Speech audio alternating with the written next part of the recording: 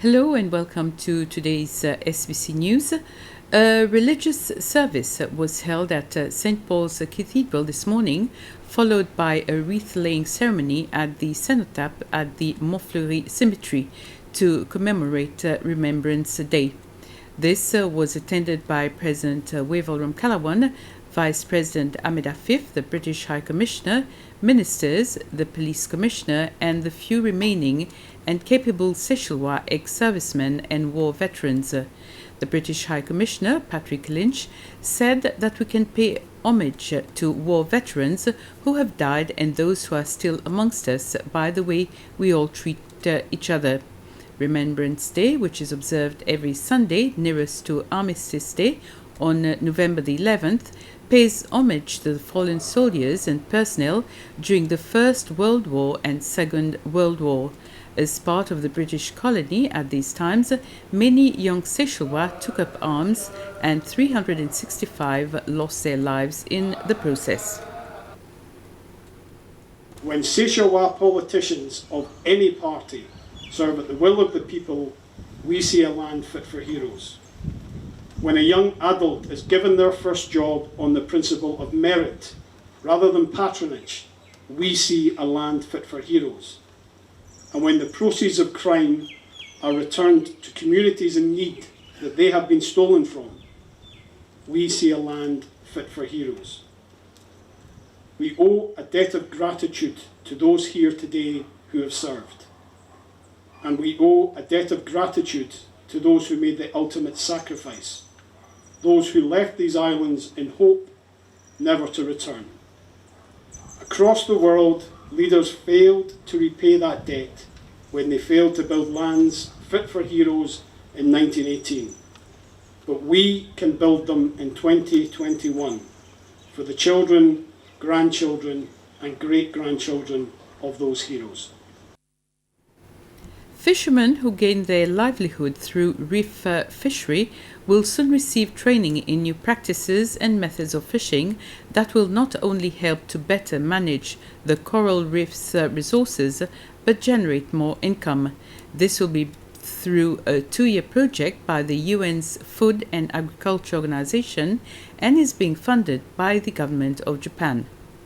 Through the project, Seychelles and its fishermen are expected to benefit in 3 ways: reduce illegal fishing and increase maritime safety, improve the management of fisheries, where fishermen who gain their livelihood through reef fisheries will be trained in new practices and methods of fishing, and generate more income. The steering committee held its first meeting this week, and Dr. Amir Ibrahim is the project coordinator. This may help strengthen tourism activities with regards to sports fishing, but also we have plans such as restoring and rehabilitating coral reefs. And as you know, majority of the tourists that do come to Seychelles because of the talk that we have beautiful coral reefs.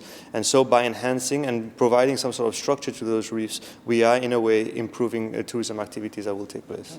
It is the government of Japan that is financing this $4,400,000 project that will go on for 3 years. Kenya, Mauritius, Comoros, and Madagascar are also beneficiaries of this agreement that was signed between Japan and FAO back in 2019. The FAO representative in the Indian Ocean, Mbuli Boliko, highlighted that the Seychelles coral reef, which is 4 times bigger than its land area, urgently needs to be protected.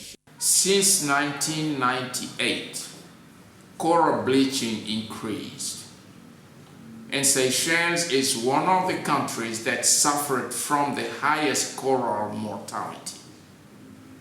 This is a major cause of declining fish stocks and livelihoods that calls for urgent action. Sites identified and yet to be approved by the steering committee are Silhouette Island and Ansoyal. The Seychelles Civil Aviation Authority, the SCAA, is striving to diversify the sources of revenue that the authority collects and is placing much emphasis on non-aeronautical revenues. The company is relocating several commercial outlets to increase their visibility as well as their accessibility. The multinational food outlet Burger King is one of the most remarkable change at the airport, from operating in the departure lounge and now accessing a wider range of customers, including the local community. A pharmacy and new PCR testing service are new additions to the list of commercial outlets at the international airport. The SCA says that its aim is to offer customers a wider variety of services and promote a better and more modern airport experience. Be a Road Safety Hero is a theme for this year's Road Safety Week, and it is dedicated to all road safety heroes. In his message for this week, which starts tomorrow, the Minister responsible for land transport, Anthony Derjak, says that unfortunately this year's Road Safety Week finds us still in the midst of a pandemic. He says that on the bright side, we can still use various mediums to spread many of the important messages. The minister says that at the Ministry of Transport, they believe that anyone who helps make journeys safer for themselves and others, either through their profession, relationship, or simply as a caring and responsible individual, is a road safety hero. As the Road Safety Week is launched, Minister Derjak invites everyone to take a moment and to reflect on their conduct as a road user. He has called on every one of us to amplify our efforts, our voices, and our support, because every single act can make a difference. We would be saving lives. The music artist Iron Kid is among those who've been paying tribute to his late grandmother, Rita Savy, who blazed a trail for women's rights in the 1970s. Mrs. Savy died earlier last Monday at the age of 85. She'd been unwell for some time and was being cared for by her husband, Antonio, at the couple's home in Bel Air until his own death 8 weeks ago. Rita Savy was a wife, a mother, but above all a politician of passion. Very ambitious, Emerging from poverty, she became a leading Democratic Party figure, fighting tirelessly for the rights of women and workers. My mom was not really at home because she was really an activist at that time, a real activist of the DP. She was going out campaigning everywhere to the meetings, so she was a busy woman at that time, you know. But we have a pleasant childhood, and she was typically a very loving mom. She helped to write the first republic's constitution and was the first woman member of the National Assembly until in 1977 her party was driven from office by the coup d'etat. A group of about 200 people with the help of the police. She was concerned, but she was a survivor also.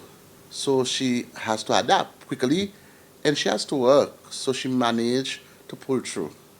She and her husband ran Bel Air's store before she devoted her later years to Catholic charities helping teenage mothers.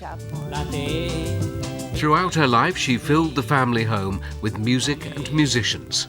As I was growing up, everything was about cultural music and everything. So she created an environment at her home, so that all my dad's friends and everyone, colleagues, could come here and play music. So in a way, I think she helped to create the music industry that we see today. A devout Christian, she's remembered by many as a strong women's champion, a leader and enabler. She has strong faith, so for her that was very important. She tried to give women and the less fortunate a voice.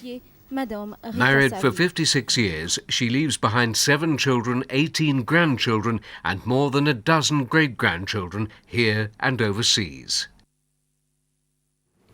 This was the news. I'll be back in less than an hour's time with the news in Creole. Bye for now.